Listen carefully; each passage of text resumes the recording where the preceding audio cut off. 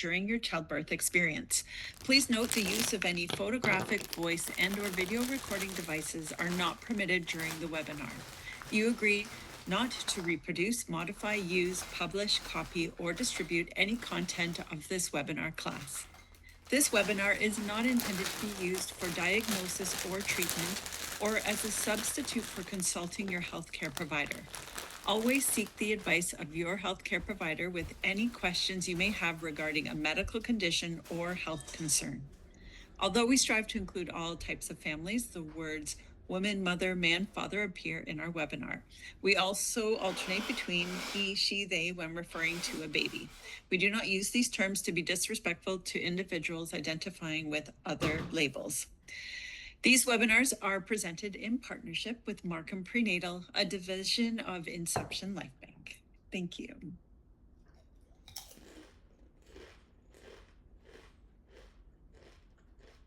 All right, so hello, my name is Catherine. I will be the instructor of this evening's class. I've been an obstetrical nurse for the past, well, almost 20 years. This May will be 20 years, which really blows my mind. I primarily work in labor and delivery, but you will see me in postpartum, triage, in charge, but also working with Dr. Vasiliou in the Meadow Bee Clinic. So this evening we'll be spending around 2 hours together going over today's topics. So for time constraint reasons, we are going to try to stick with the topics of this evening. If for any reason there are additional questions outside of that topic range and there's time at the end, I'd be more than happy to touch on those. But otherwise, we usually do have to stick to the timeline. A reminder that throughout this webinar, I will be reminding you to always consult your healthcare provider. So that is your doctor, family doctor, obstetrician, your midwife, basically anyone who is caring for you during your pregnancy. Again, mention of short forms, usually MGH for Michael Garron Hospital. That is the main one.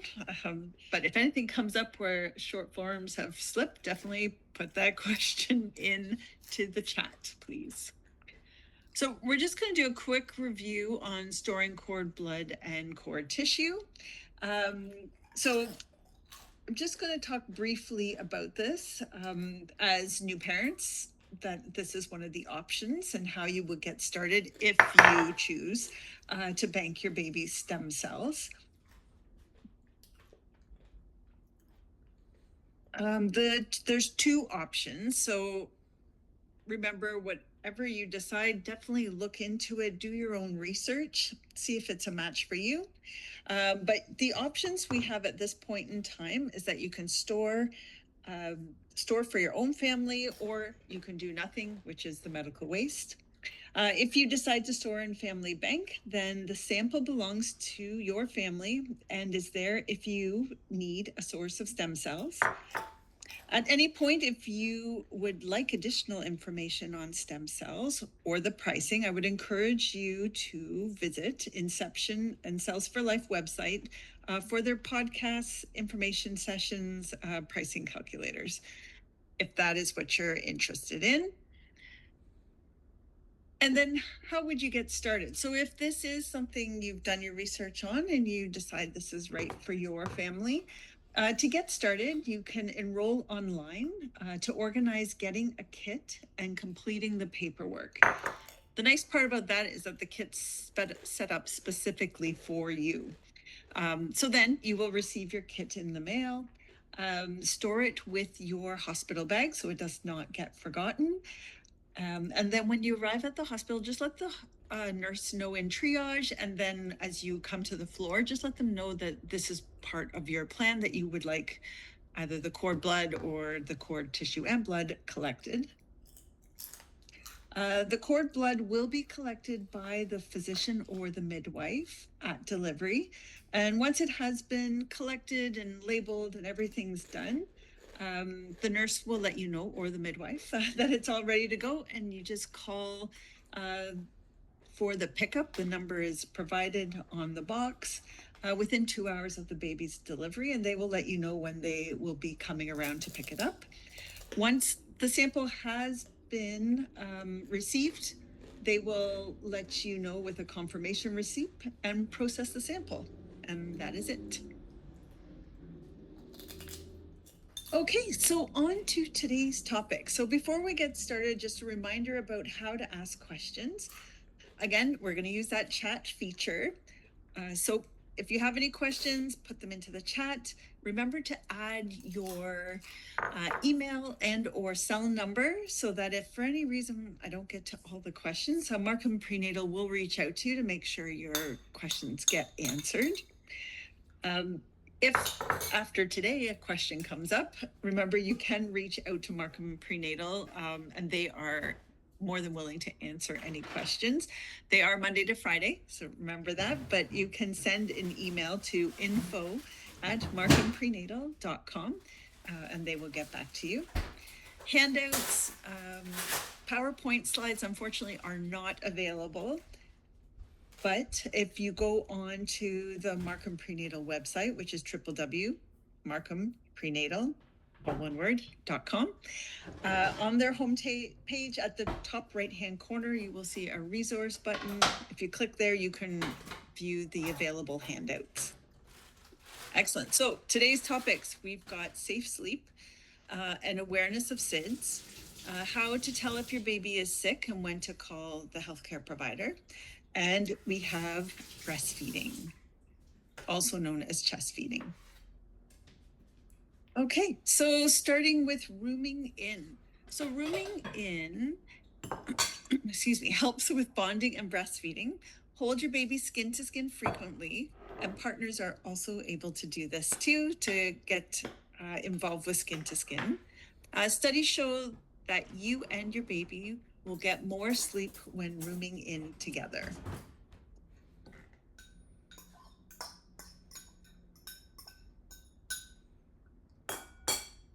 So, also known as SIDS, now we're seeing the SUID, but I'll still say SIDS for familiarity, but it's the sudden unexpected infant death. So of an infant under 1 year of age. So most of SIDS deaths occur before 6 months. And although it is rare, SIDS is still the leading cause of death in the first year. As a reminder, always to lay baby on their back to sleep. Ever since the back to sleep program started in the 1990s, a decrease of 50% of SIDS deaths was sort of the result. So it is definitely one of the number one ways to start for preventing SIDS. I've got a quick video here for you for sleep and SIDS safety. Sleeping is another major part of newborn behavior. Newborns sleep in stretches of about 2 to 4 hours and move between 6 states: deep sleep, light sleep, drowsiness, quiet alert, active alert, and crying. Learn to recognize this pattern so you can play with your newborn during the alert states. This is when she's most interested. Also, don't expect your baby to sleep through the night for quite some time. It's normal and necessary for her to wake up to feed at night for the first several months. When it comes to sleep, there are some important ways that you can reduce the risk of SIDS, or sudden infant death syndrome. SIDS is the leading cause of death in babies between 1 month and 1 year of age. The exact cause of SIDS is unknown, and although it's very rare, you can help reduce the risk. Keep all items out of your baby's sleeping area, including pillows, blankets, bumper pads, toys, and even products that claim to reduce the risk of SIDS, like sleep positioners. Always put her to sleep on her back in a crib or bassinet with a firm mattress in your room, but not in the same bed you sleep in. Never put your baby to sleep on a chair, sofa, waterbed, or cushion. Keep the room at a comfortable temperature and use wearable blankets and sleepers instead of loose blankets. Also, breastfeeding for as long as possible can protect against SIDS. After breastfeeding is well established, around 4 weeks, it's recommended that you offer your baby a pacifier before sleeping to reduce the risk of SIDS. Don't force your baby to take it, and if it falls out while she's sleeping, don't worry, you don't have to put it back in. Finally, since tobacco smoke increases the risk of SIDS, keep your home and car smoke-free.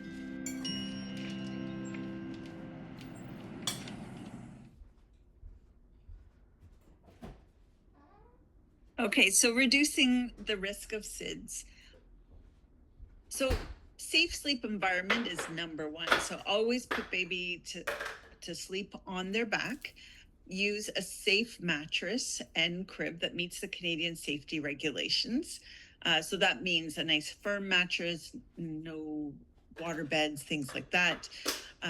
Room sharing without bed sharing, so that baby has their own space to sleep. No soft objects or loose bedding in the crib, due to the risk of suffocation, because those things move around, or like the pads for around the crib can fall in on baby. No wedges, positioners, or items that claim to reduce the risk.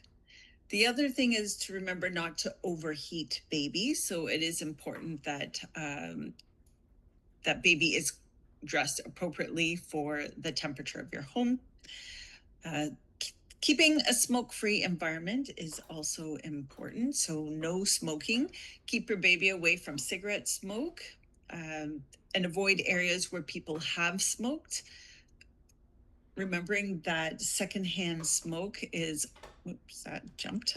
Secondhand smoke is also a risk factor for SIDS too. So if there is smoking, clothing and all that holds that secondhand smoke. So it's important to make sure those things are changed out too.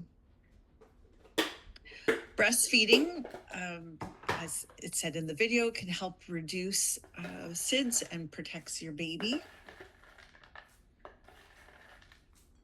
Okay, so some safe sleep resources for you. So there's lots of resources that either come in paper form or you can get the PDFs online. So Sleep Well, Sleep Safe is available through Best Start. You can check them out online. The Safe Sleep for Your Baby is put out by the Public Health Agency of Canada. There is it has a different picture on it now. There's a more recent one that has come out, but very good information in it. Again, available as a PDF online. Actually, I was just checking it out this evening, and there's now videos to go along with it. So definitely, if you don't want to read something, there are things you can watch, also provided by the Public Health Agency of Canada.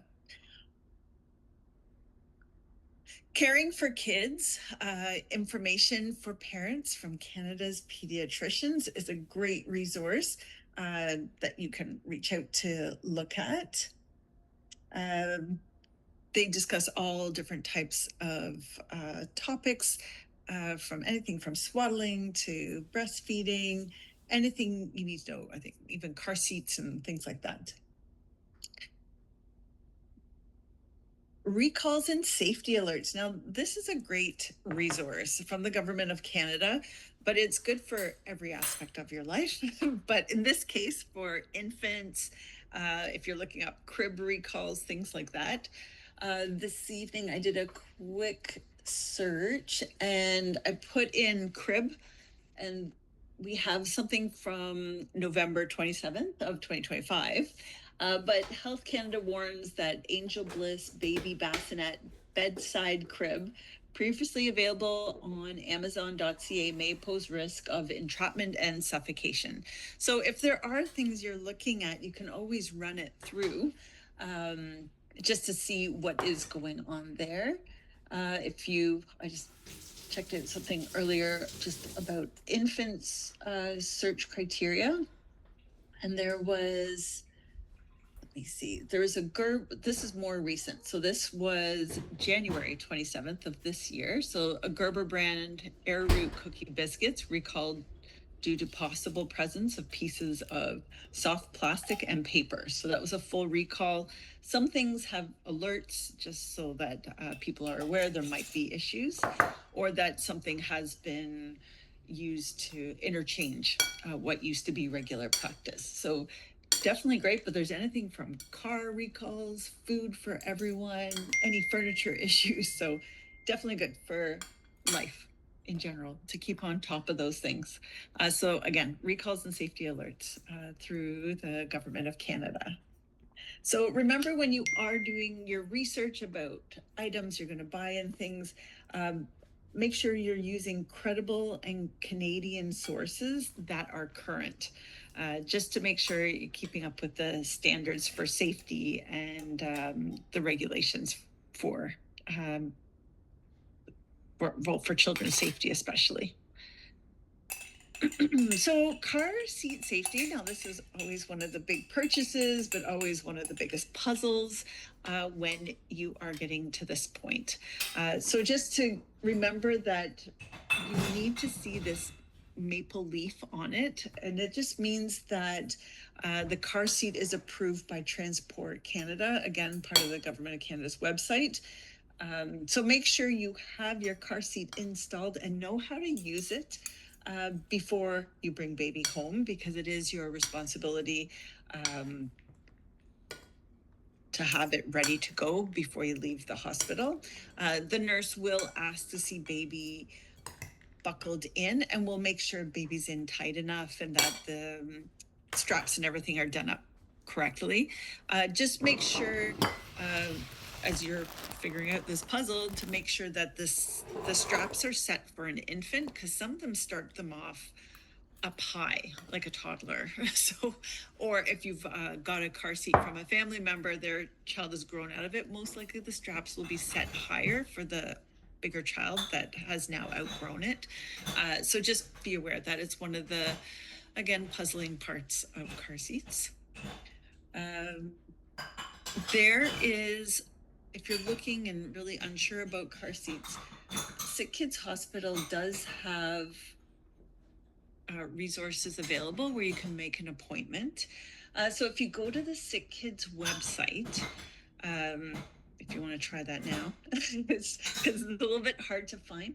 But if you get onto their website, you can go to the About Kids Health, and it's right below the Sick Kids in the middle of the screen. When you click on that, it'll take you to where you'll see this magnifying glass. So I would just put in car seat there and enter. And the first thing is your car seat safety for infants and children. So again, click that. And then there's a lot of information once you're into that site. But if you go all the way to the bottom, you'll see 3 blue bands. And when you click on at Sick Kids, it says there that the trauma program at Sick Kids hosts a car seat education clinic at 555 University Avenue. Click the link to book a free 45-minute appointment for car seat education appointment. So great resource if you live close to downtown, or is something you can figure out. I hear it's mainly on Wednesdays, but they might have changed their scheduling, but you can always check that one out. Some local police stations, fire departments also check car seats. So definitely check what's close to home. They are all great resources, especially when you're trying to figure this out the first time. Yeah, so those are the main things. So just make sure you've got that maple leaf on it saying that it's approved by Transport Canada, and then double check the expiry dates. There is an expiry date and a manufacturing date on the bottom. And yes, car seats do expire, usually 5 to 10 years, depending on the brand. But yeah, just be aware of what you have or what you're buying, just to know what your timeline is with that. All right, next topic. Okay, child-proofing your home. Again, lots of resources and lots of things to think about when you're starting out. So these are both great resources, but Is Your Child Safe is another one put out by Health Canada, and it covers many topics, everything from pacifiers, children's clothing, bath safety, bath seats, bunk beds for as your child gets older, everything from playtime to playgrounds, you name it. So again, a great resource. Look it up online. Again, covers so many topics. Again, at www.canada.ca, you will find these resources when you put them in. But it's a great place to start. If it's hard to think of what do I need to think about, these resources definitely will give you a lot of information. Yeah, and you can start chipping away at things. Okay, so we're at our first question period. So any questions you have, please feel free to add them to the chat. We have safe sleep, car seat safety, child proofing your home. And again, remember to put your email and or cell phone number, just in case there are a ton, but I think we are a smaller group tonight. But I will check the chat and see if there's any questions. Just give me a moment.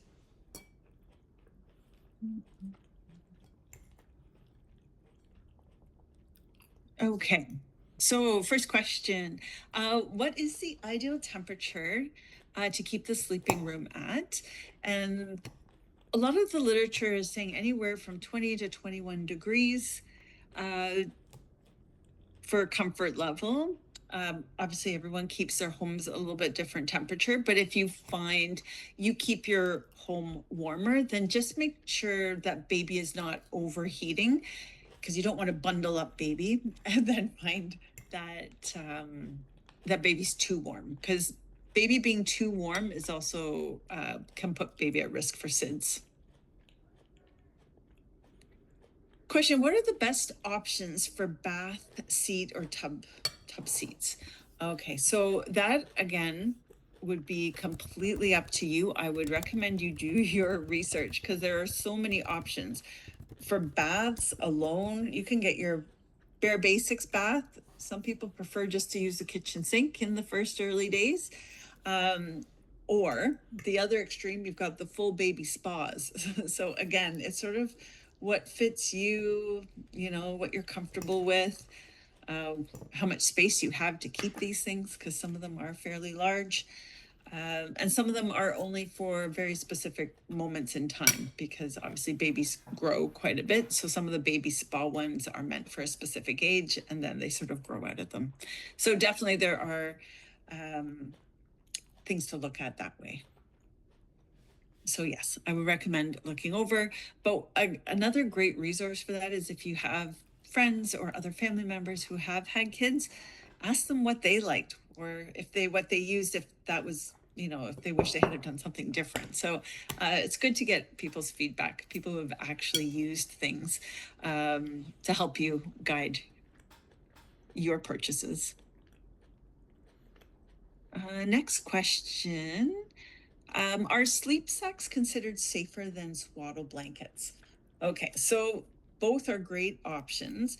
Sleep sacks are definitely better as babies get older, just because it allows them to have that extra layer of warmth. But just make sure that, and if you're not sure what a sleep sack it is, it's almost like a little sleeping bag, but goes around baby like a vest, so their hands are completely free, but their legs and things are covered. Again, not too large, shouldn't have any strings or ribbons and things like that, because those are the things that can become risks for getting entrapped and things. So a basic sack, yes, is good.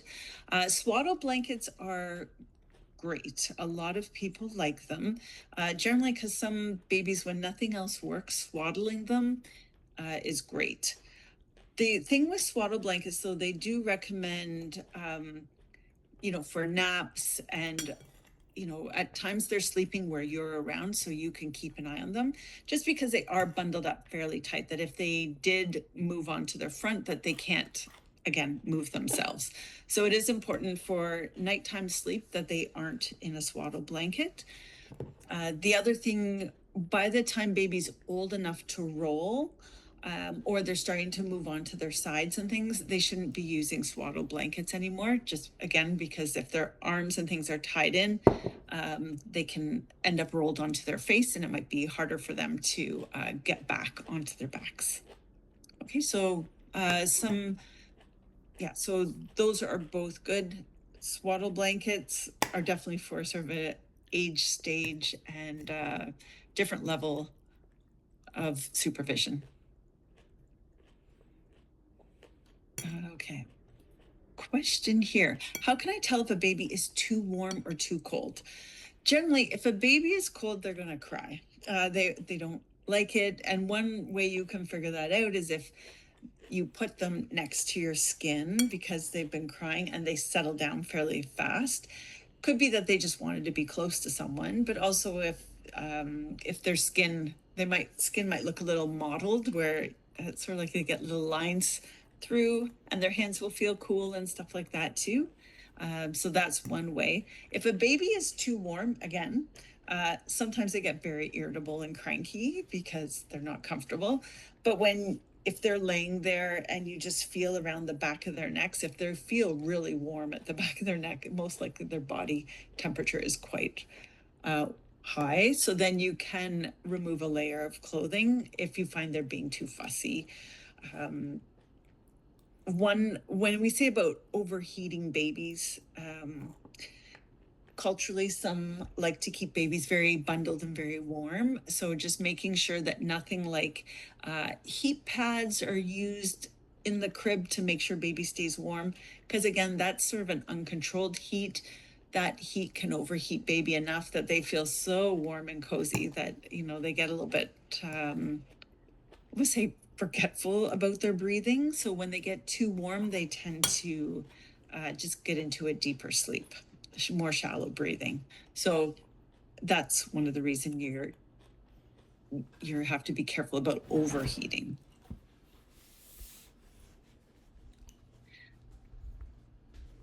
Okay.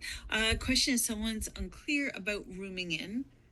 Is that something we can do at MGH after delivery, and for how long? Yes. So in the old day, you gave birth to a baby and baby went to the nursery kind of thing where everybody would see all these babies lined up. So that doesn't happen anymore.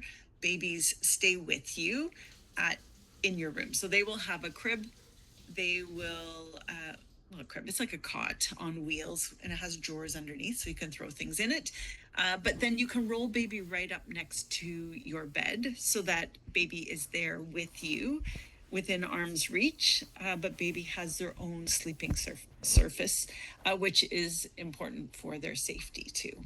And when you're having a good deep sleep, that's the safest place for baby to be, is on their own sleep surface. And then other part of that question is for how long. So at home, it's up to you. Usually some people say up to 6 months, some people say 3, but generally for that first little bit, some people use a bassinet or one of those pack and plays in their rooms so that baby has their own sleep surface but is still close. But generally I think it's whatever works best for you and your family. If your partner has to go back to work and baby's up a lot during the night, well, maybe you want to move into to baby's space, or partner moves somewhere else where they can have a better night's sleep, especially if they have to go to work. Again, those sort of things will sort themselves as you move through the stages. You might get a baby that sleeps quite well, so then it may not be an issue. You might be quite comfortable having baby share the room with you.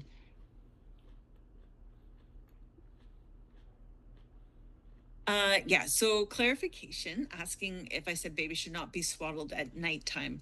The recommendations are that baby, if they're swaddled while they are supervised, just because when their arms and everything are, all closed in nice, that if for any reason they did manage to get themselves over onto their stomachs, that they're more likely to suffocate. That's why you see in the videos that the babies are sleeping in their clothes with no blankets and things. So they're saying for nap times or sometimes a fussy baby, babies love to be swaddled, but they're just saying when you are asleep and baby's asleep, swaddling is best to be when you are awake and can supervise their rest. I hope that's clear. Thank you. Okay, at this point, there are no other questions, so let's continue on with the content. So we're going to talk about, is your baby sick? How can you tell? When should you seek help? So from the get-go, there's a lot of learning with a new baby, but this is just to help you sort of figure out when to call your healthcare provider. It is the alphabet, but we'll be stopping around I, so it's not all the way to Z. Anyway, the first one here is appetite changes. So recognizing that I should be waking up for feeds and staying awake for a feed. I need at least 8 to 12 feeds in a 24-hour period. So A for appetite and appetite changes. In order for you to know your baby is unwell, you need to know what is considered normal for baby. And that can take a little bit of time. But in the first 4 to 6 weeks, baby should have approximately 8 to 12 feeds in a 24-hour period. Don't be alarmed if you find that it's more than that, but it should be at least that minimum of 8 feeds. This includes at least 1 to 2 nighttime feeds. And in the growth periods, those cluster feeds can happen more at night also. So recognize sometimes babies do eat more at night. Their days and nights are all swapped up for the first bit, but that is normal and that will eventually straighten out. Very new babies don't usually sleep through the night. So if the baby is not waking up to eat, sometimes it can be a bit concerning just because they're going to eat encourages milk supply, but also because of their smaller tummies and things, they should be needing to feed frequently.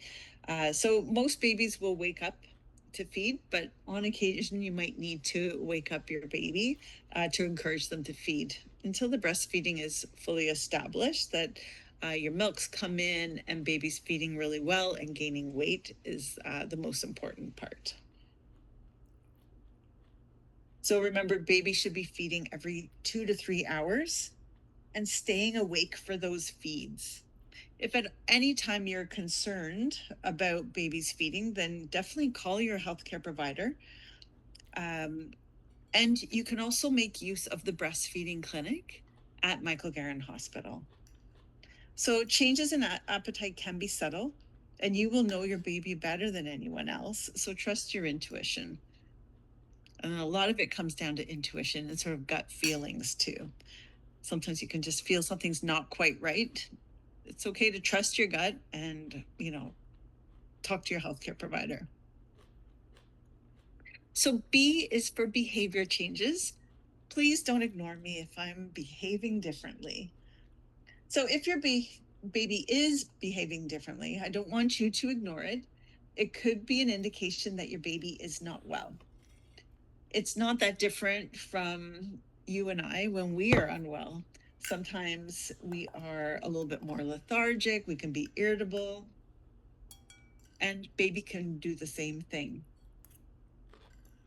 So just remember that if you've noticed some changes and maybe that behavior change is related to feeding, those are things you can start to sort of put some picture together about, oh, maybe something's not quite right. Your baby only has certain ways of letting you know when they are not feeling well, and a change of behavior is one of those. Okay, C, crying in excess or colic.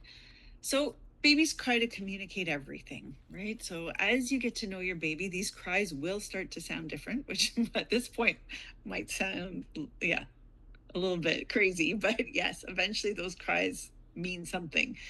So I may be sick or in pain or just want to be held or fed. My crying is telling you something. Okay, so excess crying and colic um, is something that some parents have to deal with. While colic is rare, it helps to know the difference between fussy periods or colic, which is sort of the diagnosis of this excess in crying. Fussy periods can be certain hours of the day.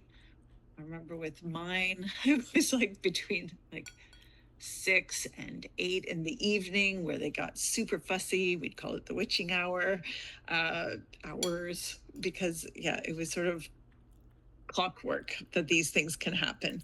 And some of that behavior is normal for babies. And for others, if it's something that's going on and on, it could be considered colic. So, what is colic? So, it's this inconsolable crying in an otherwise healthy newborn. You'll see clenched hands, a red flushed face, high pitched crying, arched back, sort of showing their discomfort, alternating between straight legs and flex legs, like they're, really irritable. So, how do we know if baby has colic? There is the 333 rule that is used in diagnosing. So, the threes are crying that lasts 3 hours a day. And that's over a 24-hour period. It doesn't have to be all in one go. And that this is happening at least 3 times a week, and that this has been continuing for more than 3 weeks in a row. So it usually starts, funny enough, at 3 weeks and can last upwards of 3 months. So this is the working diagnosis for colic. So if you think your baby has colic, start by writing down the dates and times of the crying to help keep track. If you've decided that there's a lot of crying going on, I want to speak to my healthcare provider, and you've made that appointment. So this way you can start keeping track, so that your doctor can come up with a diagnosis.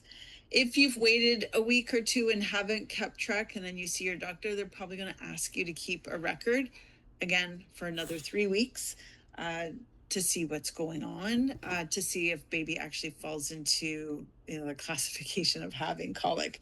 So if you're thinking this, start keeping track and remember the threes. So 3 hours a day, 3 times a week, for more than 3 weeks in a row. But if you're starting to notice it, start recording it. So what can you do to help? So rule out any underlying illness. So see your healthcare provider, make sure there's nothing else going on. Feed baby. Offer the breast. Offer formula. Make sure you're burping baby well.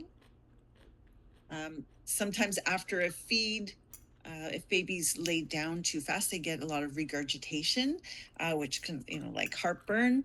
That can make baby really irritable and increase the crying. So sometimes keeping baby up longer, like whether it's putting them skin to skin or walking around with them, giving them an opportunity to pass gas is important, because that will make them more comfortable. So with that, holding your baby skin to skin, or the colic hold that is shown here, where baby is being supported along the torso. That is one other option, but holding them, walk your baby, whether it's in the stroller or you've got them on you in a sling. The movement sometimes can help reduce crying. But also, if it is related to gas, it'll help with moving gas also. Changing baby's positions, because sometimes we do need our hands free. So bouncy chairs, using a baby swing, lots of choice out there. Sometimes changing the environment. So sometimes adding some music or white noise, just to help. That might calm baby a bit, just having voices or putting on the radio, just have voices talking and things like that. Some babies like to hear the noise of busyness and others don't, but something to try. Try a bit of massage. There's, you can use bits of oil or lotion. Different types of massages are used to help with passing gas and digestion. If they're a little bit constipated, there are like massage and motions of the legs to help bowel movements move. Things to look into. Sometimes if there's a lot of crying, sometimes a warm bath can be, well, it can be helpful in helping baby relax and things, but also it can be part of evening routines to help with that witching hour. Sometimes it just to help relax and things. Other options, if you have it available, is going out for, we talked about stroller rides, but getting out for a car ride or something. Some babies love it, some hate it, but you won't know unless you try. And yeah, always encouraged to wear baby so you can put them in a sling. Just because when they're moving around with you, sometimes that does help. And having you close is that comfort also. So what else can you do after you've tried all these other things? You've already talked to your healthcare provider. There might be other options. So one of them is to try smaller and more frequent feeds, so that there's less gas, or just to allow for digestion. If you're bottle feeding, make sure you're using the right size of nipple. So remember that for newborns, the size is usually 0 to 1. And then size 2 nipples are for 3 months and older. So if for some reason there's the wrong size of nipple, baby could be getting too much, which might be causing some regurgitation, because it regulates the flow of the formula they're getting. And sometimes even moving to a smaller size can help them too, because sometimes they take on too much too fast, where when you've got real eager eaters, so that they don't get too much gas and things too. When using formula, remember that if you change formula, it can take a bit of time, 2 to 3 weeks for baby to adjust to it. But of course, at any point you're considering that, definitely talk to baby's healthcare provider to make sure. They might have suggestions on types of formula to try. The use of probiotics is good because it helps with digestion, and look into food allergens. If they aren't tolerating certain types of formula, they might have to go to a non-dairy based one. With breastfeeding, sometimes you might need to keep a food journal, recognizing that usually when they say when you're breastfeeding, eat what you eat and then make adjustments. So when you are eating, whatever you eat, some of that ends up in your breast milk. So if you've been having a lot of spicy food, that can end up in your breast milk. And then that can maybe cause baby some discomfort. There are certain foods like asparagus and broccoli that are known to cause gassiness. So if you've had a lot of that in your diet, you might notice the next day when baby's feeding that they are more uncomfortable after their feed. So keep track of your diary in a food journal, and just keep track of see what happens, because you might need to adjust what you're eating to appease baby's gut.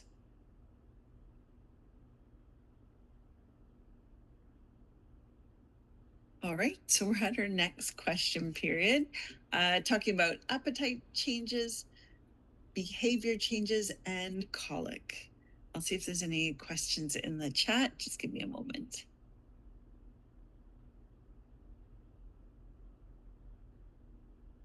Okay, question is, can we give probiotic drops? And if yes, from what week?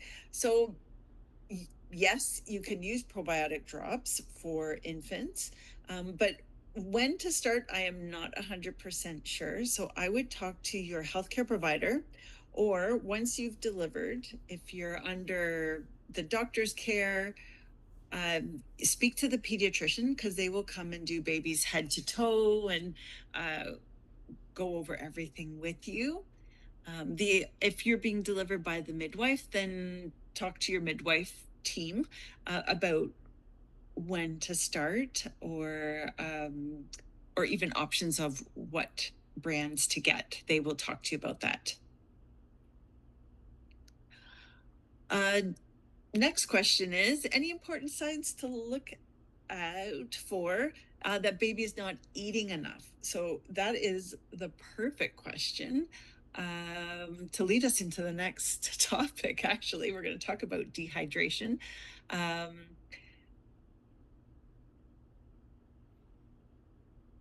Okay, so we'll talk to the next topic, and because this is going to talk about dehydration, we'll come back to other questions in a moment. Well, at the next section, okay? So being concerned about that baby is not eating enough. So last week, you would have talked about this same chart to make sure baby is getting enough. So dehydration, so D for dehydration is a common reason for readmitting babies to the hospital. So we want you, once you have baby, to start keeping track of the number of wet and dirty diapers. So this chart from the Best Start, we call it the Best Start breastfeeding chart, helps you see what is going on with baby. So the expectations for a well hydrated baby is what you're seeing here. So in day one, we expect to see at least one wet diaper and 1 to 2 of those black meconium diapers. Day 2, at least 2 wet, 1 to 2 of the dark meconium diapers. Day 3, we want to see more, right? 3 wet, at least 3 of those dirty diapers. So these little bodies produce a lot of dirty diapers. Day 4, we want to see at least 4 wet diapers, and we want to see these dirty diapers. So well hydrated baby by day 5 will start giving you at least 6 heavy with wet pee diapers, so that you can tell that baby's had a pee. And you should be seeing poopy diapers too at the same time. So these diapers, so say you're on day 7 and you're seeing 3 wet diapers, maybe 1 or 2, that should start alerting you that baby may not be hydrated enough. And why is baby not hydrated enough is what you need to start figuring out. Like we had talked about in the A and the B of this, is where you sort of start to put that picture together. It's like, A, oh, appetite changes. Why is baby not eating as much? Is it supply? Is it they're sleepy? Something like that. B is behavioral changes. Why are they? Well, maybe they're waking up to eat, but they're not staying awake to eat. Maybe they're just not as interested, not sucking the same way. So all those things coming together are things that you should be like, okay, I need to get baby assessed because baby should be eating more than this. So if you're only seeing those 3 wet diapers, what you can do is at say day 6 or 7, you can start making sure baby's getting to the breast every 2 to 3 hours.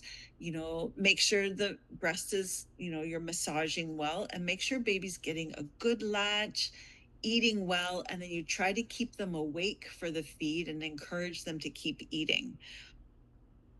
They come off, another 2 hours, you get them back on the breast again, other side, and just keep sort of getting on top of them and making sure that they're staying awake for the feeds. If they're not staying awake for feeds, then you should take them to your healthcare provider to be checked out.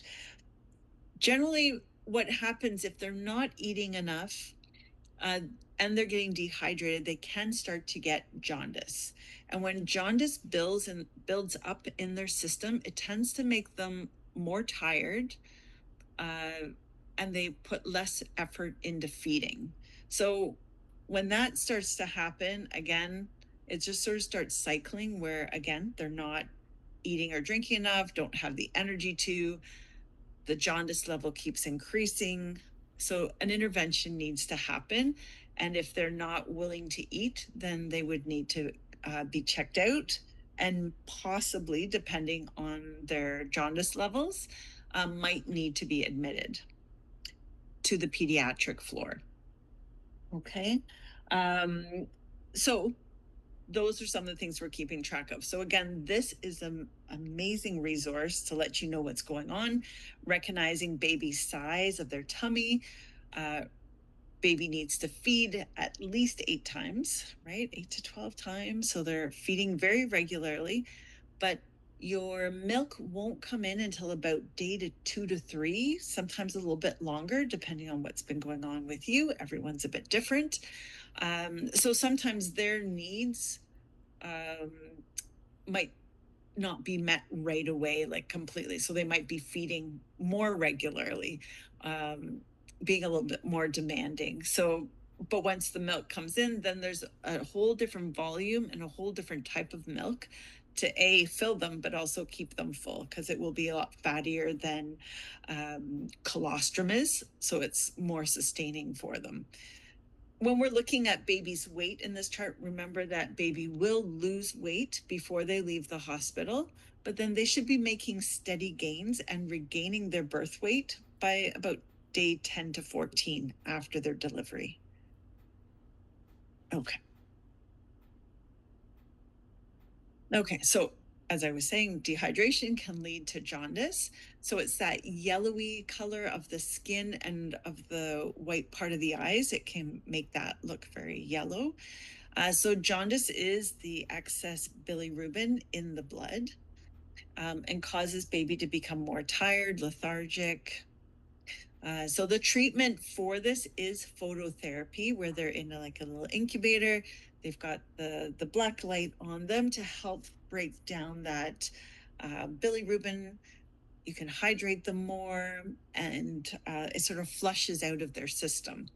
So that's how it goes. They have those little sunglasses you see there, just because they are under those lights, just to protect their eyes. The incubator thing they're in keeps them warm. They'll have monitors applied, but for any feeding and things, it can be opened up and baby comes to you for feeding and for cuddling and all that. But then it's encouraged that baby goes back in, because this is part of the just the treatment for jaundice. So when you're in the hospital before you go home, uh, there will be a jaundice test done, and that's, at that 24-hour mark, baby has a whole bunch of blood work and tests done for their newborn screening. The jaundice test is done at that point. So that is the one test you need before you can go home. But that one test also sort of gives us an idea of where baby was at. Sometimes if baby's level is a little bit elevated, but still within normal limits, they might ask you to come back the next day or the next 2 days to have it retested again, just to make sure it's not creeping up. Because jaundice can happen at any time, essentially, while the breastfeeding is being established. So definitely, if you are concerned about a baby getting yellow or that baby's getting tired, concerned, then definitely talk to your healthcare provider about getting baby checked out. Okay. All right. So E is for eye discharge. It doesn't happen very often, but it is something that you don't want to ignore. It can be an indication of a blocked duct, or it could be an infection, something like pink eye, where antibiotics might be required if the discharge doesn't clean up. Make sure that when you're cleaning a sort of eyes that get gunky like this, that you're a warm cloth from the inside of the eye, wiping out in one direction towards the hairline. Use a new piece of cloth and then wipe again. Just don't, when you wipe the eye, don't rub it back across, because you just want to make sure you're clearing, if it is an infection, just clearing it away. But it is something your healthcare provider for babies should be checked out for. So a fever in baby, what is the normal temperature for babies? So baby's temperature, normal range is 36.5 degrees Celsius to 37.5 degrees Celsius. So there are different ways to take baby's temperature, but the underarm one, which you see here, is the most common way. A lot of thermometers, if you don't have one, you'll be probably looking into having one, because they are a great tool to have. But for infants, most are not made for the ear, because the standard ear ones are made for about 2 years and older, just because of the size of the opening in the ear. So under the armpit is accurate way, and these thermometers are quite small and simple to use, so they're good to have around too. Something good to have for the diaper bag, or just generally in your, sort of home first aid kit, which can be used on adults also. So do you need to check baby's temperature often? Definitely not. But if you are concerned, it's nice to be able to, when you are talking to your healthcare provider, to say, this is the temperature I'm seeing. Any fever in the first month of life is not normal. Most infants don't get sick, so it is important that baby gets seen as soon as possible. And even if that means that, say, you felt baby was warm at midnight, so you took some layers off of baby, and baby's temp is still sitting around 37.7, it's important to get baby checked out. So that might mean a trip to Emerge. During weekends and holidays, there is a walk-in clinic available on the Danforth that is run by pediatricians. You will get that resource once you are being discharged home. It's a great resource, but they always recommend that you call, because they do try to do all evenings, weekends, and holidays. So if you feel it's not emergent, but you want to have them assessed. But if for any reason it's beyond those hours, then definitely just come to Emerge. We'd sooner have baby assessed sooner than later.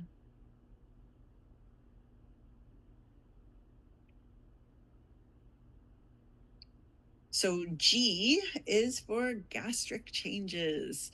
So we talked about the meconium poo. It's that first poo that's black and sticky, tends to get everywhere, but completely normal. As if it's breastfeeding, as things change, the baby's poo tends to look like Dijon mustard of the CD variety. And these tend to be very explosive diapers, because breast milk is a natural laxative. So this doesn't have a lot of smell or anything, but they make a lot of mess when they're little, considering they're on a liquid diet. Spit up is also a normal part of babies. But anytime you're seeing projectile vomiting, that is not normal. It is concerning, and babies should be checked by your healthcare provider. Again, outside of healthcare provider hours, you would want baby to be assessed and Emerge, because that type of vomiting isn't considered normal. Spit up, very normal after feeds, when they're burping. Some babies do tend to be more of a spitting up type. Some just cough induced, hiccup induced, where some babies don't spit up that much at all. So it is different for every baby. But again, you'll get to know what's normal for your baby. So H is for hives and rashes. So right here, talking about newborn rash.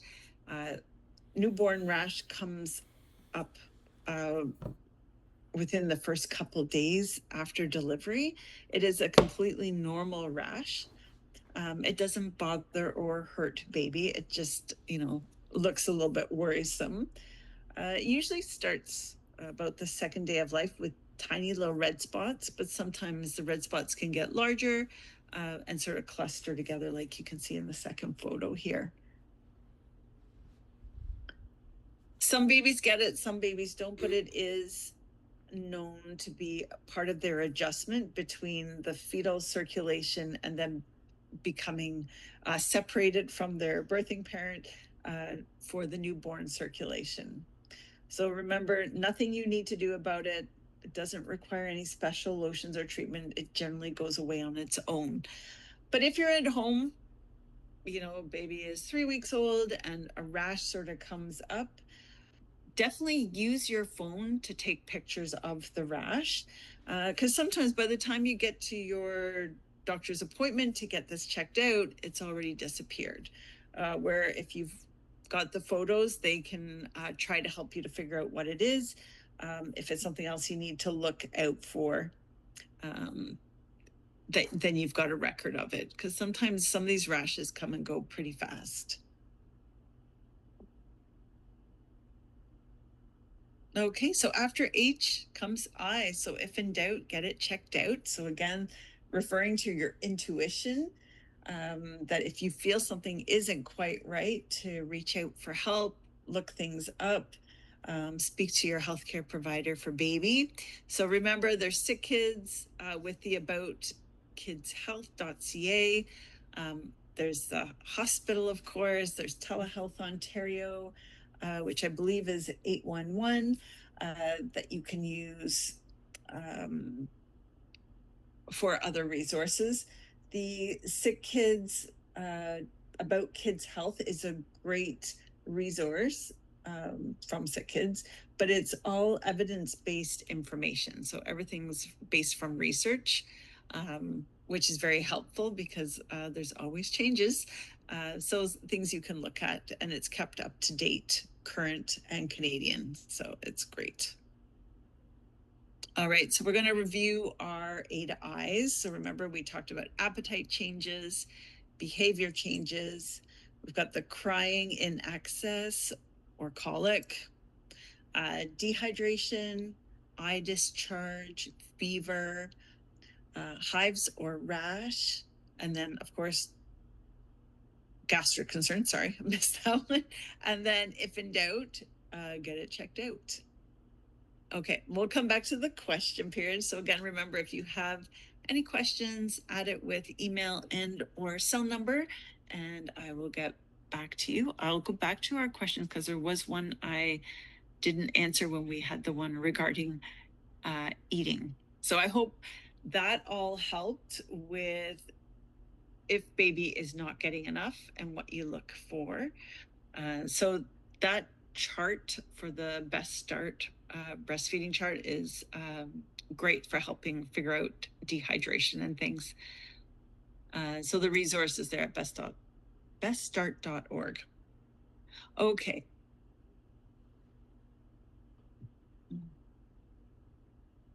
Okay, so someone's asking to reconfirm if we should swaddle our baby to put them to sleep. So yes, you can use swaddling because many babies like it. We use it in the hospital when a baby's, a little bit fussy or mom needs a break and the partner's not available at that point in time, that we swaddle up babies so that they can go have a rest. But that's usually when another parent is keeping an eye on them, or the parents eating lunch or needed their hands free for things. So we use it for sure. It is recommended for when baby is going to sleep at night, that they are using a sleep sack and not too tightly swaddled so that they have a bit of movement. The concern is if they're swaddled in so tight and for some reason they happen to turn themselves, that uh, then they're sort of stuck and face down onto a mattress. So we're worried about suffocation for that. Whereas if they have their hands free, they can sometimes move themselves a little bit more easily. Again, that's why we also encourage the rooming in, that baby's close to you.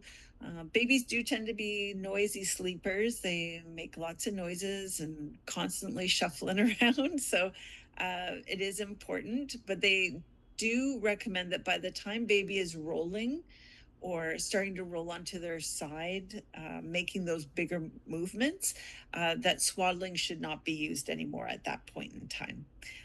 Usually sleep sacks will suffice at that point, or you've got baby dressed warm enough to just sleep in their clothes.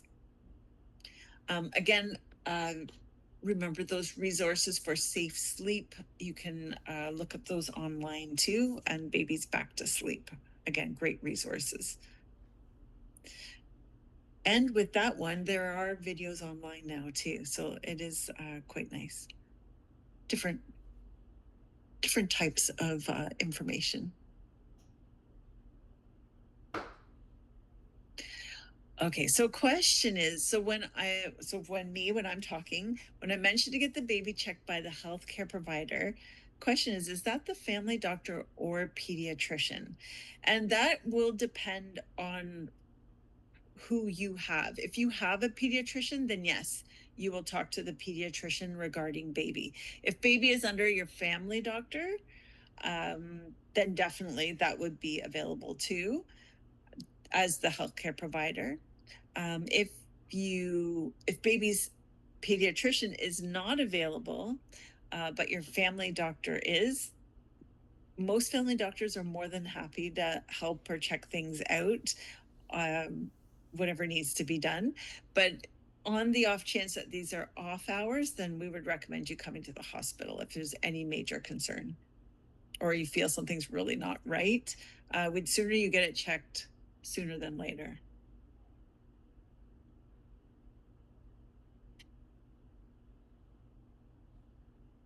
Question here. So, can you overfeed a baby with breast milk?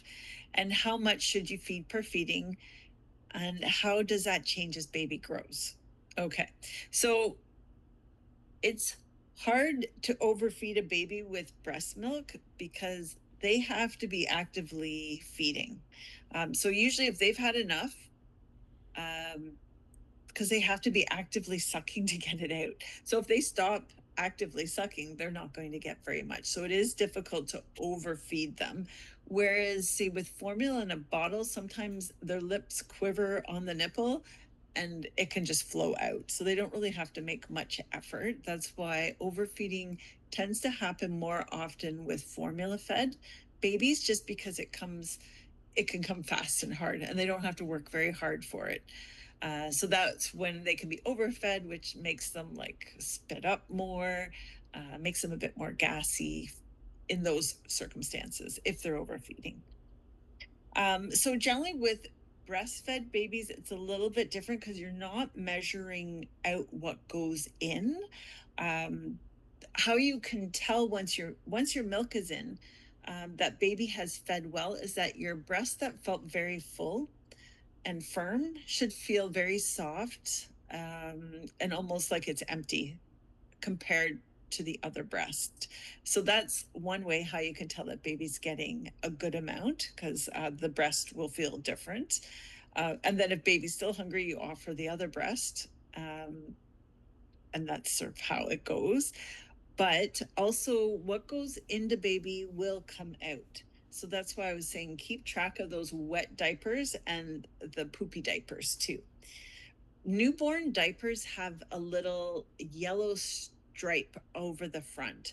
That yellow changes to like a blue-green color with pee, not with poop.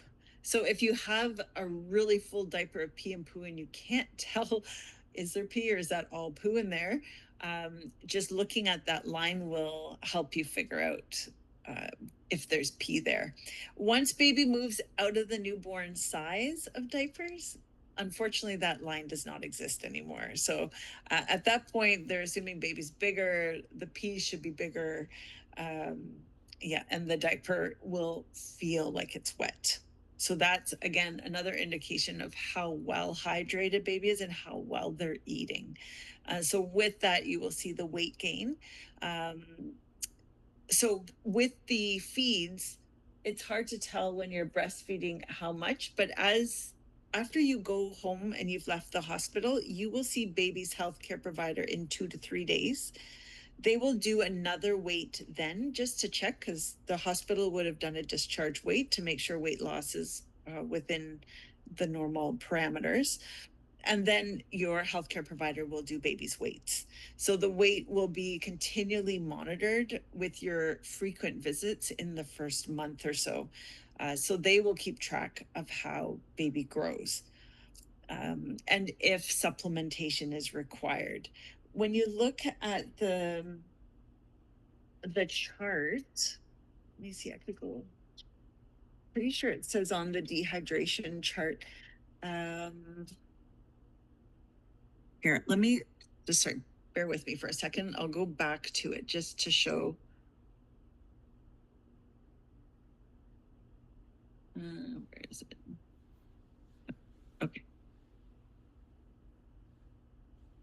Here it says for weight gain and things. So down here, so it talks about weight loss. So in the hospital, normal weight loss is 5%. At 24 hours. If it's above 5%, the pediatrician or the midwife will be in contact with you before you go home to make sure there's a plan in place to make sure that maybe baby's being supplemented with a bit of formula to make sure the weight loss doesn't get worse. Because by the time they leave the hospital, it should not be over 10% loss. Okay. So from day 4 onward, your baby should be gaining 20 to 35 grams per day.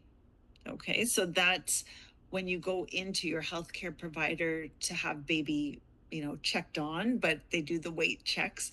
They will be checking this to make sure baby is meeting those requirements to regain their birth weight by day 10 to 14. Some babies do take a little longer, but most fall within that range. And that's when, with that slower weight gain, there might be more risk of jaundice. So they'll be keeping an eye on those things at your baby's health care provider appointments. Okay, I hope that helps. Let me go back. Okay, there's a few more questions. So baby's growth will definitely be monitored throughout. Okay. All right, a couple more questions here.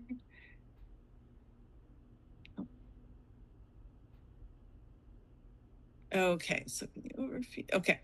Question: what is more accurate, a rectal temp or an axillary temp for newborns?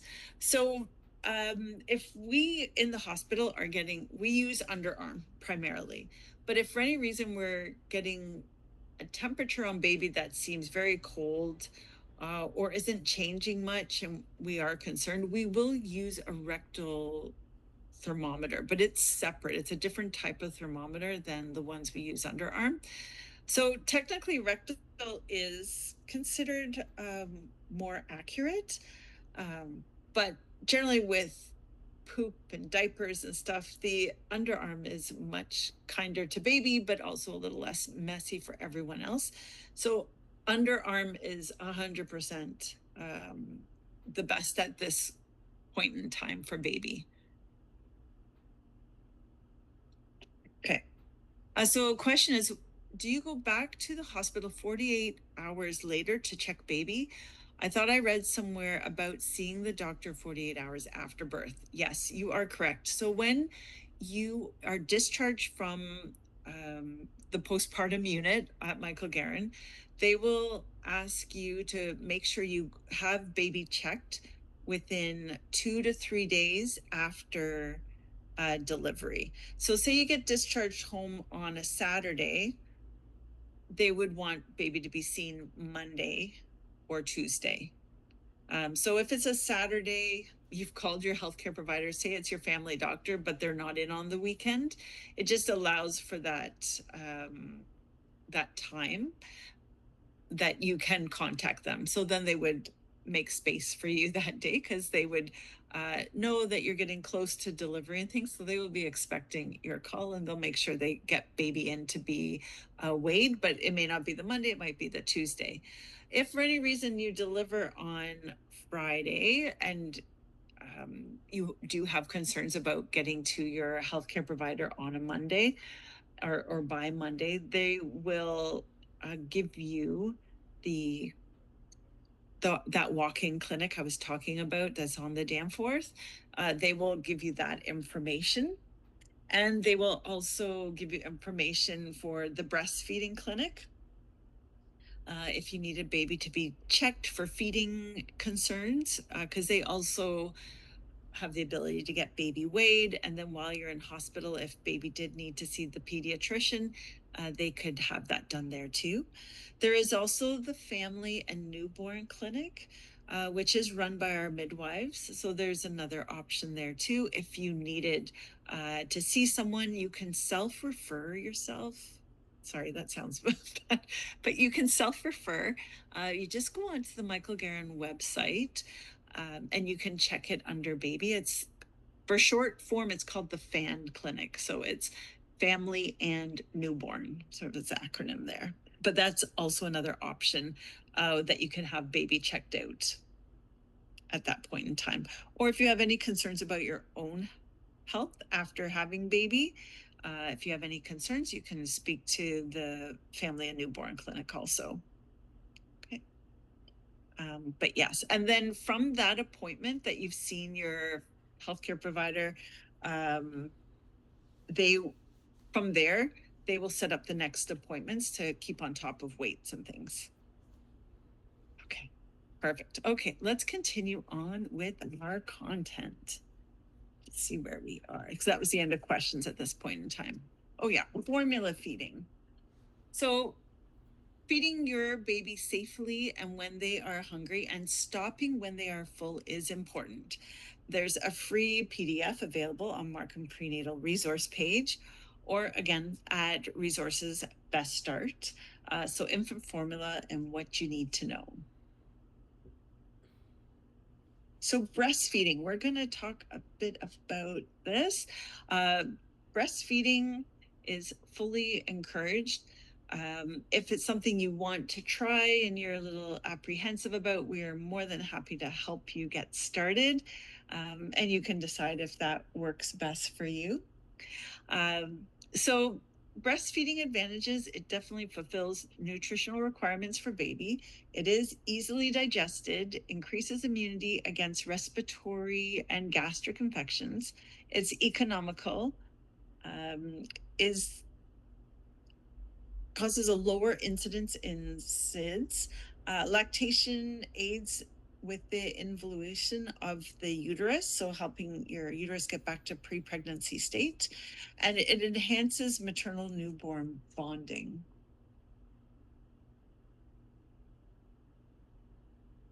So the best thing about breast milk, it's always the perfect temperature, it's always available in case of an emergency, and it's always the right quantity. Breast milk changes as baby grows. So as baby gets older, the nutritional requirements will change to meet baby's needs. So the first feeding, so the first milk, and you might see it in early stages, is your colostrum. Sometimes while you're pregnant, you'll wake up and you'll see that there's a wetness on pajamas and things, and that is this. This is the colostrum. Feeding within 30 minutes to an hour of birth is recommended. And holding baby skin to skin for 2 hours after birth can increase breastfeeding success by 80%.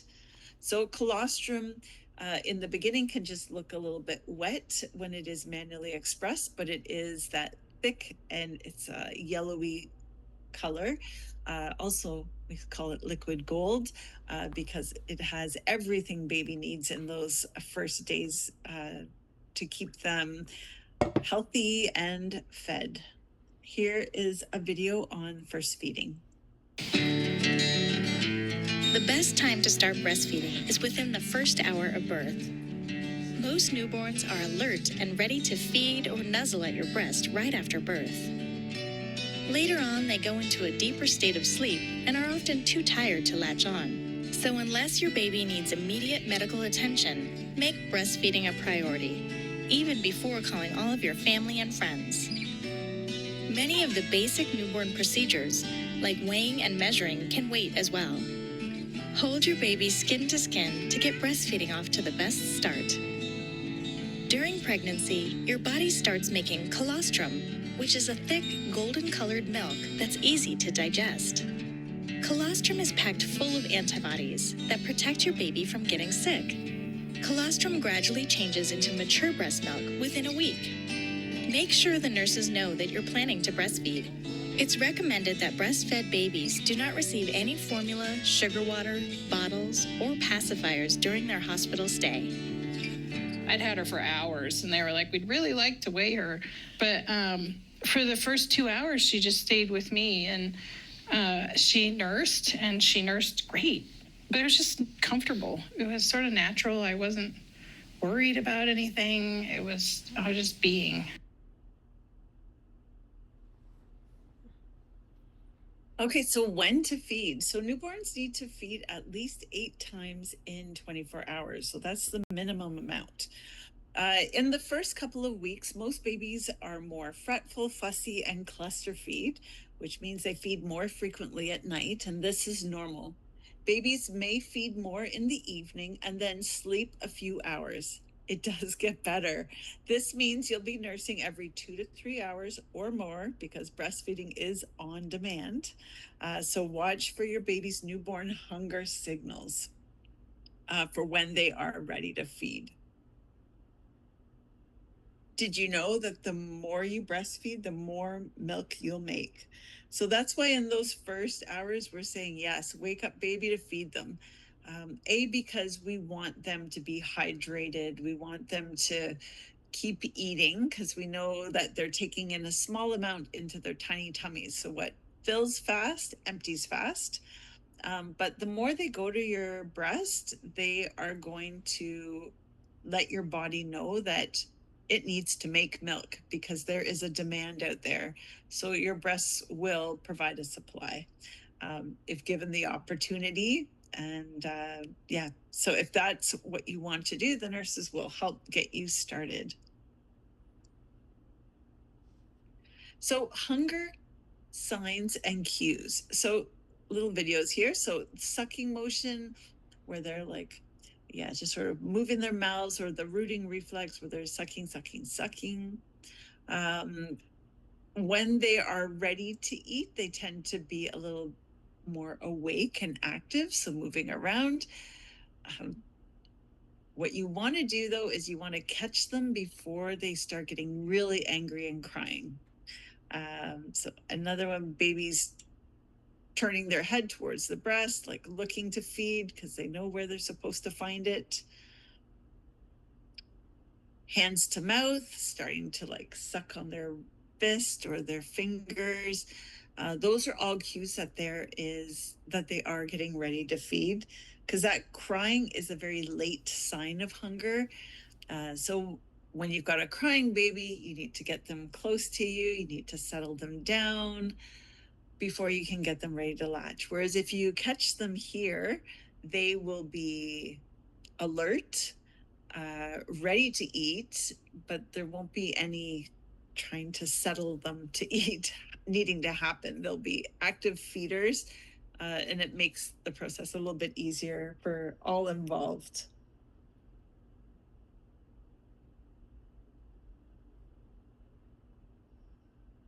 So length of feeds.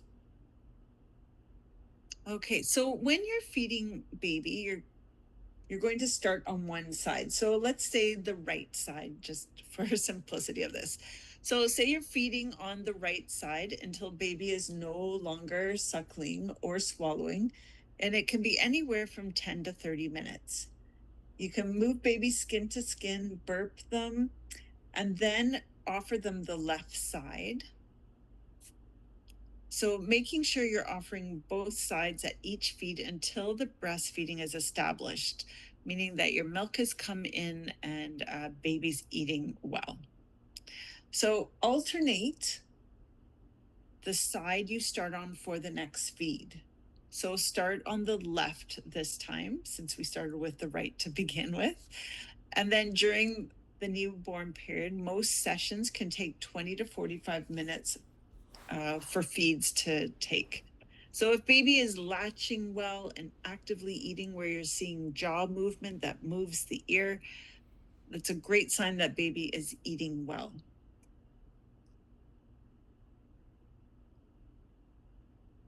So latching baby. So this is the part that always takes a little bit of getting used to. Some babies are active participants and are willing to get on the breast easily, but then some are not so interested and it takes a little bit more time. But be patient with the process. If this is what you want to do, baby will eventually come round to it. So remember to gently tickle under your baby's upper lip with your nipple until baby opens the mouth.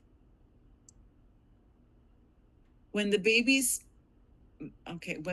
opens the mouth very wide to take in your nipple, there should be more of the areola showing above her mouth than below it.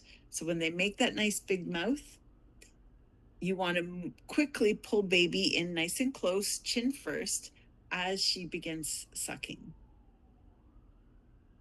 So the breastfeeding after delivery, your delivery nurse will help baby latch the first time and help you walk through it.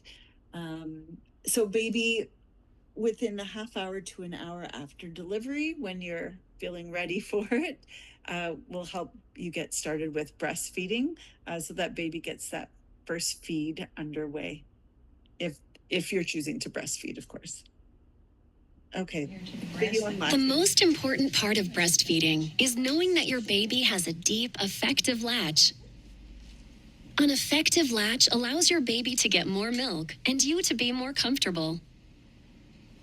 Many babies latch on easily when mom is leaning back and relaxed with her baby on her torso. Did you see at the beginning? And she just self-attached. She did very well. When you breastfeed in a more upright position, you may need to help your baby get a deep latch. Lean back slightly so you are relaxed and comfortable. Hold your baby close into your body with her tummy facing yours. Place your baby so her nose is right across from your nipple. Keep your hand behind the areola, the dark area around your nipple. You can interest her with a drop of expressed milk. Tickle her upper lip. When she opens her mouth wide like a yawn, pull her in quick and close.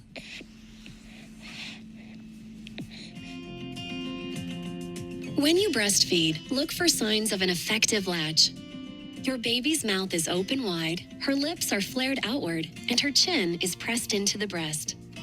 You should be able to see more areola, the dark skin around your nipple, above her mouth than below. Your baby's ear and jaw should move when she sucks. You'll feel a strong tug that's not painful, and you may be able to see and hear her swallowing. With an ineffective latch, only the nipple or a small amount of the breast is in the baby's mouth. You may hear clicking or smacking sounds, and you may feel nipple pain after your baby latches on.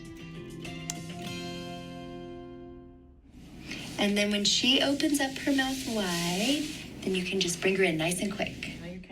In the early days, it may take some time and practice for your baby to latch on correctly. If you need to relatch, break the suction gently to protect your nipples by pushing in on your baby's cheek or inserting a clean finger into the side of her mouth. Be patient with yourself and your baby. The more she breastfeeds, the better she'll get at latching on. If you have problems breastfeeding, talk to your nurse or a lactation consultant. They can help find the cause and a solution. Relax your shoulder. Perfect.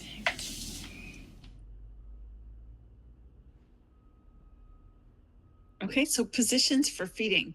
Like we saw in the video, there's cross cradle where baby's resting across and is well supported along the back. Football hold, good for C-section, or if you are very sore down below, that there's less pressure on the abdomen, but baby can feed well there.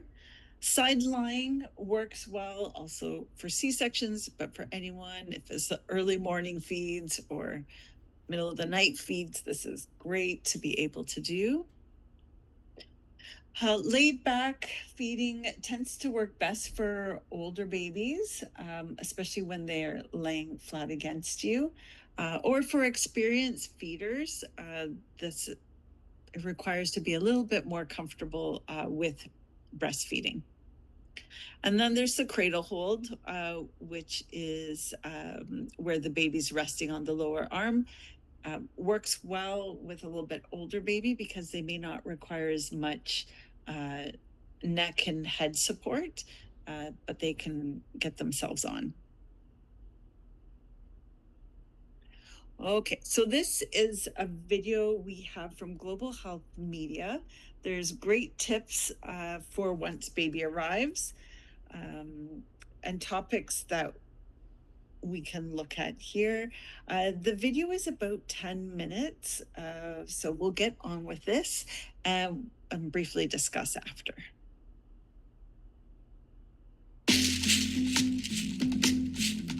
Attaching your baby at the breast. Breastfeeding is natural, and it's also a skill that can take some time and practice to learn. The key to successful breastfeeding is good attachment. If your baby is attached deeply to your breast, she will get more milk and breastfeeding will be more comfortable. This video will show how to deeply attach your baby and how to tell if she is attached well.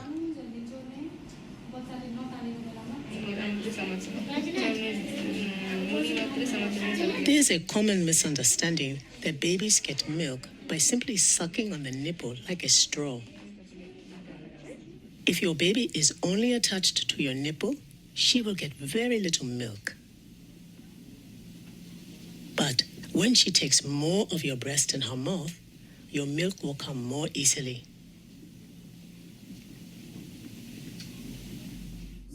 How you attach your baby to the breast is important for her ability to feed effectively and for you to make enough milk for her growing needs. A look inside the baby's mouth will show why. When the baby takes a big mouthful of breast, with the nipple pointed to the roof of the mouth, the nipple reaches a comfortable area deep in the baby's mouth. With the nipple deeper in his mouth, he is able to suckle more effectively, triggering the milk to flow. Good attachment is the key to breastfeeding success. In contrast, in a shallow attachment, the nipple is centered in the baby's mouth, which is not wide open. The nipple lands under the hard roof of the mouth. As the baby sucks, the nipple gets pinched. This is painful and may injure the nipple. The baby is also unable to suck effectively and so cannot get much milk.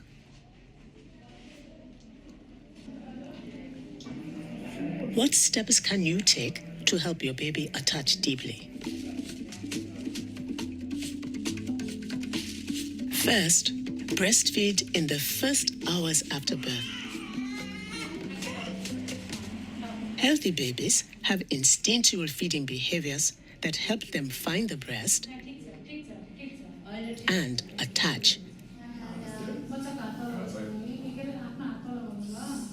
Many mothers find that continuing this natural position in the early days and weeks makes it easy for their babies to attach deeply.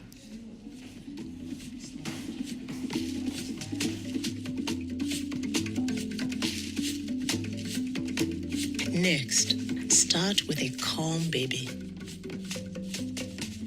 Feed her whenever she starts to show signs that she's hungry. Notice her feeding signals.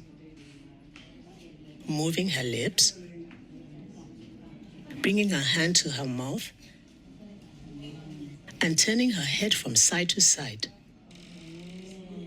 Now is the time to feed your baby before she starts to cry.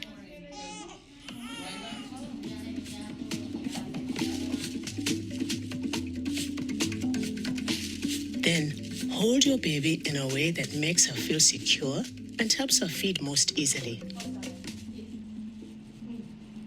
Bring your baby to you, holding her close, facing and touching your body. Your baby's neck should be straight with her ear, shoulder, and hip in line. This will make it easier for her to swallow. Many mothers make the mistake of trying to push their nipple into their baby's mouth or trying to attach the baby when the mouth is not wide open. This is not ideal because the nipple will end up just inside, pressed against the hard roof of the mouth, which is painful and doesn't let the baby feed as well. Instead, lightly touch your nipple to your baby's upper lip. This will make her open her mouth. Be patient. Wait for her to open her mouth very wide, like a yawn. Then quickly bring her towards you so she takes a big mouthful of breast. Pulling your baby in gently from behind her shoulders as she takes the breast can deepen the attachment.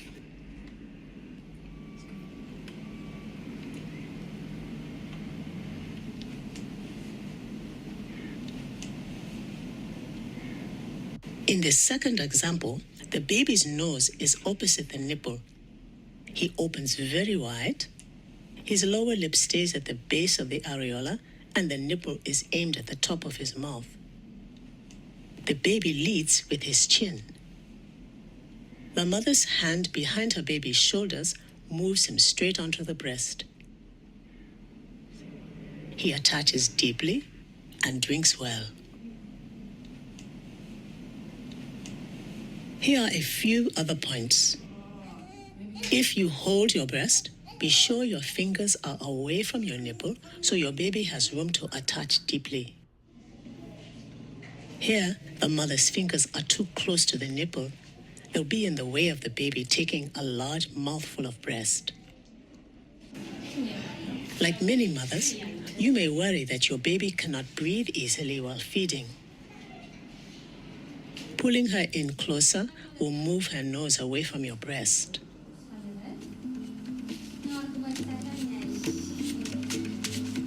How can you tell if your baby is well attached? First, observe your baby on your breast. Her mouth should be wide open instead of nearly closed. Her chin should be pressed into the breast, not away from the breast. More areola should be seen above the baby's mouth. Her lower lip should be turned out, like a fish, not turned inward. Though in many well-attached babies, the lower lip is often hidden in the breast. Your baby's cheeks should be rounded, not sucked in. Also, if the baby keeps coming off the breast, she probably isn't well attached. Next, look to see if your baby is drinking well by observing the motion of her jaw. If she's drinking well, her jaw will drop distinctly as she swallows. The baby who is not getting much milk will have a continuous fast sucking pattern without pauses.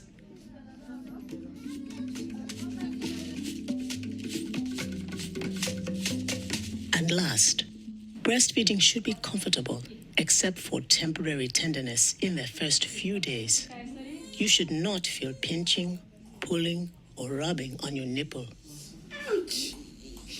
If breastfeeding is painful, your baby is probably not well attached. If your baby's attachment is shallow, gently take her off your breast by putting a clean finger in the corner of her mouth to break the suction. Now, notice the shape of your nipple. If the nipple is pointed, it was being pinched between the baby's tongue and hard roof of the mouth. In contrast, a nipple with a normal round shape was situated further back in the comfortable place in the baby's mouth. Attaching your baby well will get easier and more automatic with time and practice. By 4 to 6 weeks, your baby's head and neck control also will help her deepen the attachment on her own. It's important to correct shallow attachment because it will lead to less and less milk being produced by your breasts. As mothers notice their milk supply is less, they often start to give their babies other food. As the baby fills up on other food, she won't need as much from the breast. As she sucks less and less, the mother's milk supply will decrease further. Breast milk is the best nutrition for your baby. Learn how to attach your baby well. This will lead to good drinking and plenty of breast milk, and no need to give your baby anything else in the first 6 months of life. Remember,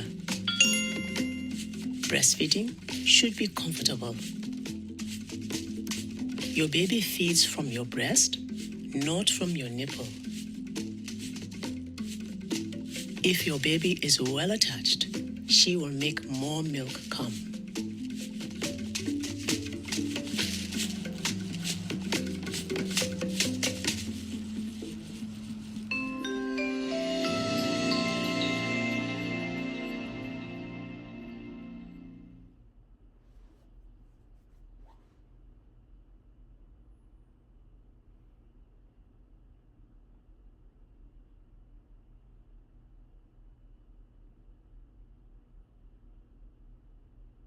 Okay, so breastfeeding.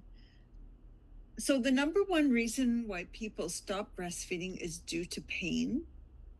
So an ineffective latch needs to be corrected as soon as possible to make it effective. As we were seeing in that video, they do, one of the things I really like that they promote is that the fact that this is a skill, it does take some learning, as natural as it all is. There is a learning curve for mom and for the baby to learn how to feed and work together for the best feed. So just remembering that after delivery, your labor and delivery nurse will help you with that first feed. And then once you are moved to the postpartum unit, the nurses there will be able to assist you also. At any point you want to see the lactation consultant, just let your nurse know. And they can put in a referral for the lactation consultant to see you on the unit. Otherwise, you can also follow up with them in the breastfeeding clinic. The breastfeeding clinic is staffed by lactation consultants, public health nurse, and the pediatricians, as I said, are available to come and assess if there are any concerns. The breastfeeding clinic is open 5 days a week. It's closed on Wednesdays and Sundays. And since COVID, appointments are required. So definitely give them a call. So if you use the hospital number, the extension for the breastfeeding clinic is 6667. So if you need an appointment, once you're home, you can call the hospital, put in that extension, and leave a message for them, and they will call you back with an appointment time. So again, the extension is 6667 for the breastfeeding clinic. Markham Prenatal also offers additional Dear Baby Breastfeeding with Joan. So there is additional resources and online webinars available for additional learning.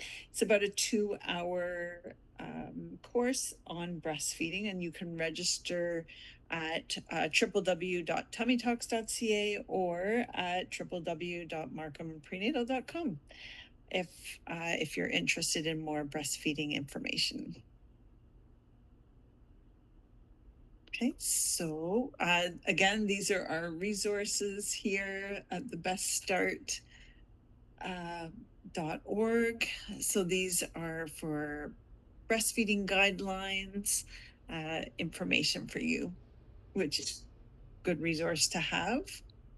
And now we're coming to our last question period for the evening. So essentially around breastfeeding. Let me just check the chat for questions. It can be anything that's left at this time because we've got a few minutes. Okay. So first question is, do we need to carry formula during birth?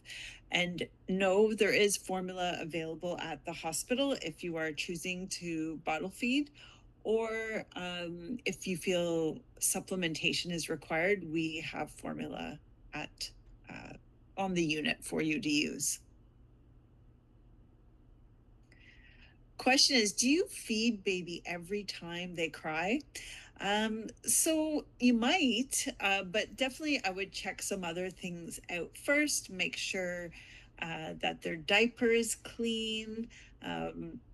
Definitely check the timing between feeds. If it's only been an hour and a half or so, they very well could be interested in feeding. But I would check babies, just touching them, make sure they're warm. Maybe they need to be cuddled. Check the diaper. Definitely that can make them upset early. But if you can't figure anything else out, then of course, skin to skin, offer them the breast again. But it may not be necessarily the first thing you do because that may not be what they need.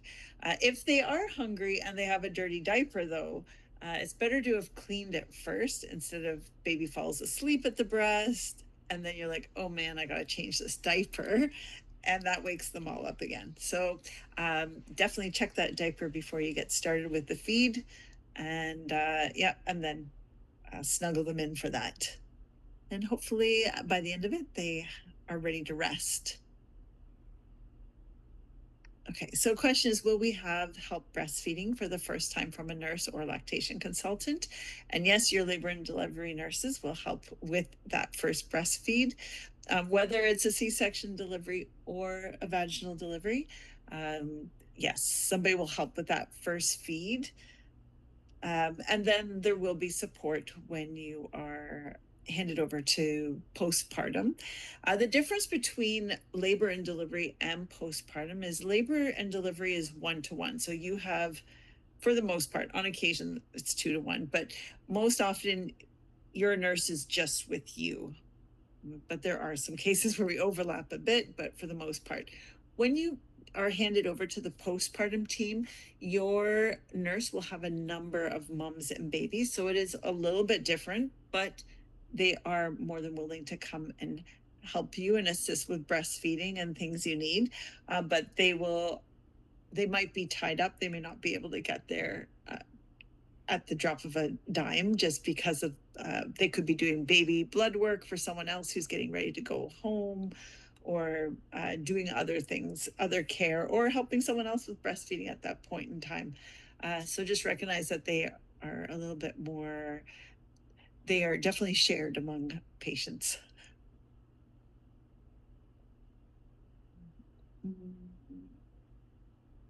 If you want to breastfeed your baby before bathing, weighing, etc., can you make that clear to your nurses and doctors?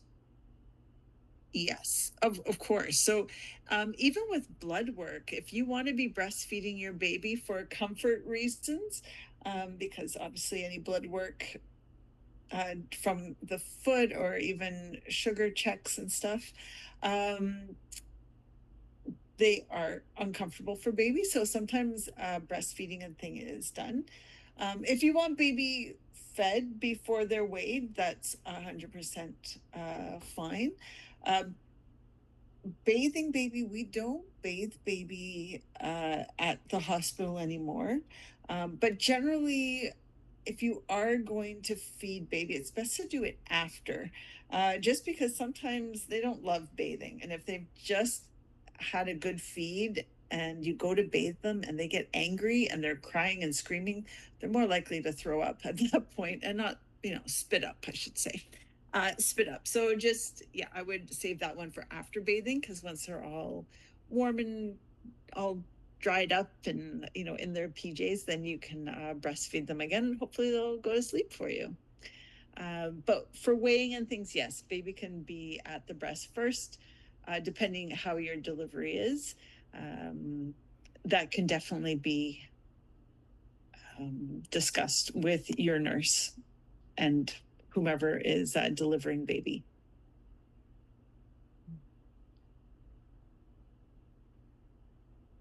Okay, question is, if I have colostrum during late pregnancy, can I freeze it and feed it to baby after birth? Yes, 100% you can. Definitely talk to your healthcare provider, whether it's your midwife or obstetrician or family doctor, whoever's taking care of you, and they can give you some guidelines of how and when to start, and how to store it. So they'll go over that with you, and then you can just bring it to the hospital, and we have refrigeration space for it if you want to use that. So that can be used as a supplement instead of formula if required.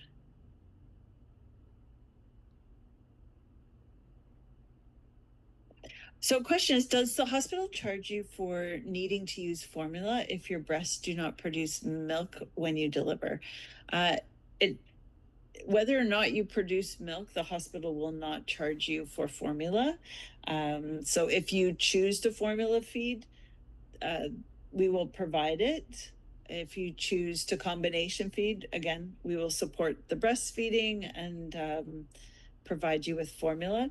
It's once you go home, that's when you need to purchase your own formula for baby. Okay.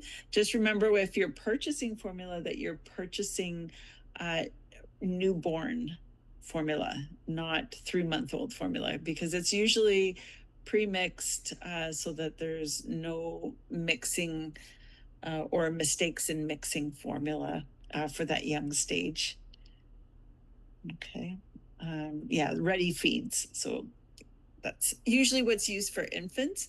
If you are planning on bottle feeding, just remember with infants, you need to sterilize everything.